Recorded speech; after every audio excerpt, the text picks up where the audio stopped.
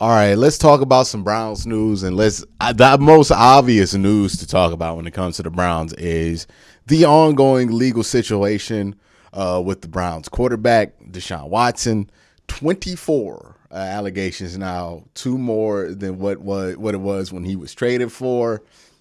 Um, I have my thoughts on this from just a straight legal perspective, I guess. Like, I'm not like a law expert or anything, and I'm not trying to act like one. But I don't know. From the outside looking in, with what I know, this looks like his lawyer, Deshaun Watson's lawyer, is losing this battle. Whether you think he's innocent or not, whether you think he's guilty or not, we're all entitled to how we feel about this situation. I'm not trying to take away from that. But if you look at how Rusty Hardin has handled this, and Deshaun Watson as well has chosen to handle this, I think this has been handled poorly. And at this point, I'm ready to make that declaration. Whether or not he was guilty, deciding not to settle this case a year ago was a public relations mistake for Deshaun Watson. And it is proving to be an even bigger mistake for Rusty Hardin. I mean, he was on the news last week. You could just look up what he said on a radio interview, and none of this screams, boy, Watson looks innocent. Whether you think it or not, none of this in the court of public opinion, and I know people act like that doesn't matter, but that's what this is being tried under, right? The NFL is going to look at this based on how they're going to fare in the court of public opinion when it comes to a suspension. Deshaun Watson's career, legacy, and how he's viewed as a person is going to go down based on how this is ruled in the court of public opinion. And in the court of public opinion, they have made steps in this to make themselves look incredibly guilty from that aspect. I mean, this has just been fumbled from multiple perspectives and multiple ways, from not settling this early on and letting this thing pile up to emboldening the defense and the other lawyer in this whole case. And again, we can all feel how we feel about what we believe to be true. I'm not talking about that. What I am talking about is how this looks like to the public, and this looks like an absolute mess on that part of Deshaun Watson and Rusty Hardin. And if I were those two, I would work out a way to settle this right now. But to be honest, the way they're losing this battle in the court of public opinion, and that's what a civil lawsuit is going to come down to, the opposing side of this has all the momentum in the world. So I wouldn't even expect a settlement to come soon from that. And again, the NFL is not going to wait from a legal ruling to decide whether he broke the personal conduct policy. If enough people out here feel, and this is the this is the true reality of it, whether you think it's sad or not, that you could determine that later. But the reality is the NFL doesn't need proof to say you broke the personal conduct party. They can feel like you broke the personal conduct policy. The reason they can do that is because the language in the CBA for that is very vague, right? So if they feel like you did something that you should not do, and if enough people feel like Deshaun Watson did this, and at this point, it is at that point, right?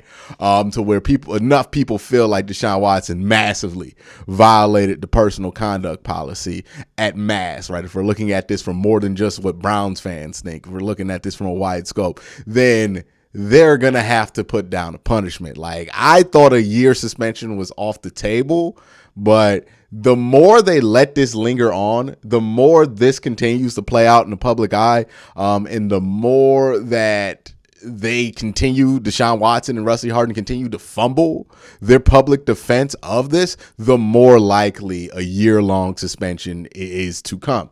And I'm not trying to be a doomsayer or anything like that, but I'm just looking at what's in front of me, looking at what I know from how the NFL handles punishments, and looking at how this situation's been handled and applying that to that. And that's just the truth of the matter.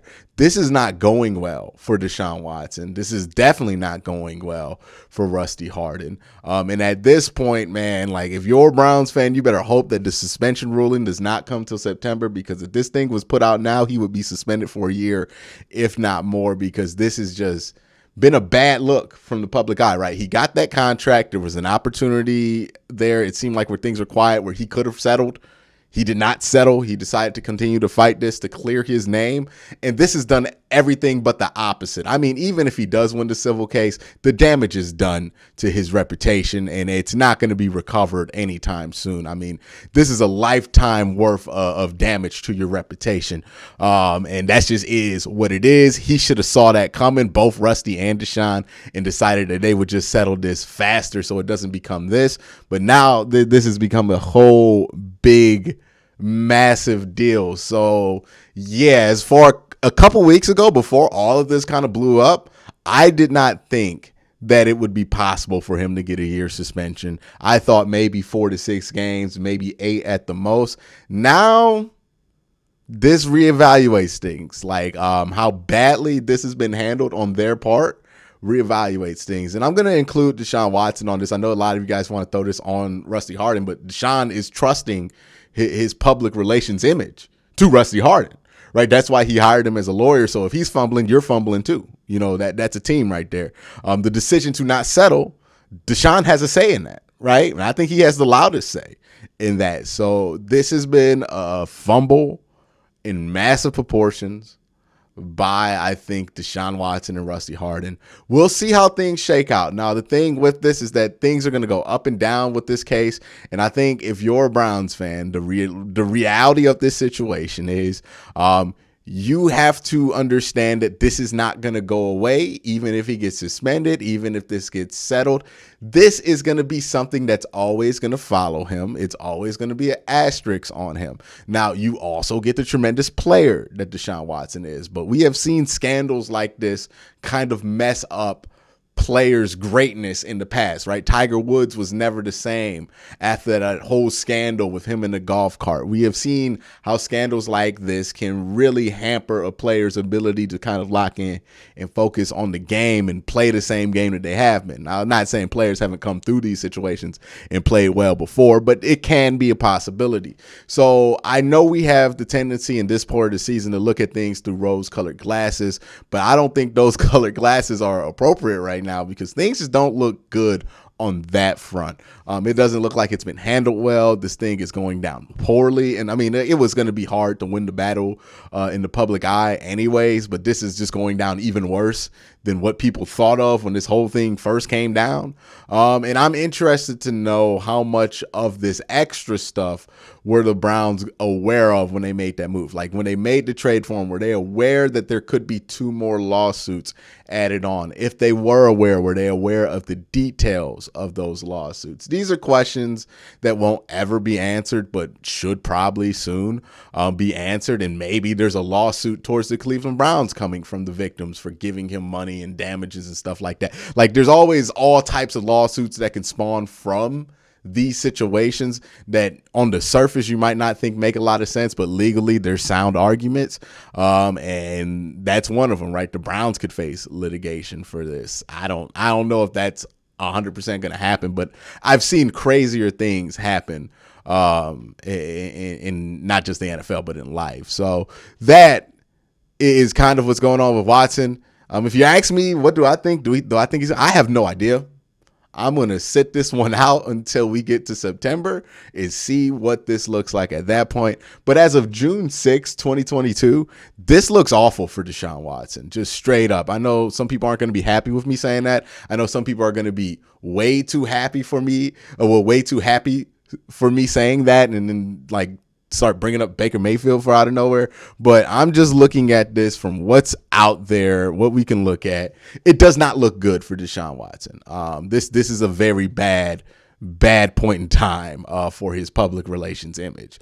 So we'll see what happens with that going forward. Now, in other news, the Browns have signed Demetric Felton. I'm sorry. They have signed D'Ernest Johnson. I believe he got about $1 million guaranteed for a 1-year deal worth up to $2.4 million. What's interesting about D'Ernest Johnson is he actually was the second leading rusher for the Cleveland Browns last year and had a pretty good yards per carry number. Kareem Hunt's getting older. He had some injury problems last year. I'm pretty sure the Browns will use him as much as they want to use him this year, Kareem Hunt, but if there is something that pops up, or if Kareem Hunt seems to have lost a step, which I don't anticipate, but just in case that does happen, D'Ernest Johnson is probably the best insurance policy in the league. I believe he's a starting running back. He could start for 30 other NFL teams right away, and he would be a pretty damn good running back. Carried the Browns to 2 wins last year, so ultimately very, very happy and pleased to see that he got that money. Hopefully this leads for a bigger deal from him down the way, because if you look at D'Ernest Johnson's story, he came from South Florida, had a bad pro day, had to go to the XFL. Well, not the XFL. This is before that, the AAF, the All-American Football League, which was the first spring league in the last 3 years that they've had like these random spring leagues pop up. And, he played pretty well there for, I believe, the Orlando Apollos with Garrett Gilbert.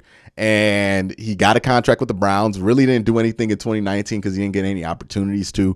I think he returned kicks a couple of times. And then, got his opportunity in 2020 against the Cowboys. Did well. Sealed the game versus the Colts, and then comes in 2021 in some tough moments and then does the same. So D'Ernest Johnson, I'm just happy to see him get his money. I hope he gets a bigger deal in the future. I want him to have his life set. He just seems like a guy who is everything that you want a football player to be: tough, smart, accountable, dependable, and hardworking, right? Like, he's all of those things. I love to see guys like that get rewarded, and hopefully he can get rewarded after a stellar performance this season, because I do think there will be an opportunity for him to step up, especially if the Watson suspension is longer than anticipated and the Browns are forced to rely on that running game a bit more. Having 3 running backs will now become a necessity. So that is, I think, why the Browns have so many running backs on the roster, by the way. I think that more than Baker Mayfield is the insurance policy in case Deshaun Watson does get a year-long suspension, is the Browns' ability to just have 5 good running backs and just keep running them all game. I think that's more or less the backup plan. I don't think there's a world where Baker Mayfield takes another step for the Cleveland Browns. For the Cleveland Browns, I think they've moved on. And even if it would be technically a better option than Jacoby Brissett, sometimes things aren't like Madden. Yeah, he does have a higher overall than Jacoby Brissett, but they've moved on. This is more of an emotional thing. And so is Baker Mayfield. I don't anticipate that relationship mending to play again. But, people are going to continue to push it. We'll see what happens with that. Also, there was a podcast. I want to give a shout out to the Varsity House podcast. You guys should check it out. JOK and Greg Newsom were on there, and it's about an hour and a half long. I've heard great things about it. I'm actually going to watch it tonight. Might react to it, but I got to hit him up and see if he's cool with that. But definitely check that out. Varsity House Podcast on YouTube is where you can check it out. It's got video. It's actually well done. Great production values. I believe the guy who did it was a former Notre Dame football player. So check that out. Good stuff there. But that's my thoughts on the news today. Let me know your thoughts down in the comment section below. But again, guys, have a great day. Have a good night.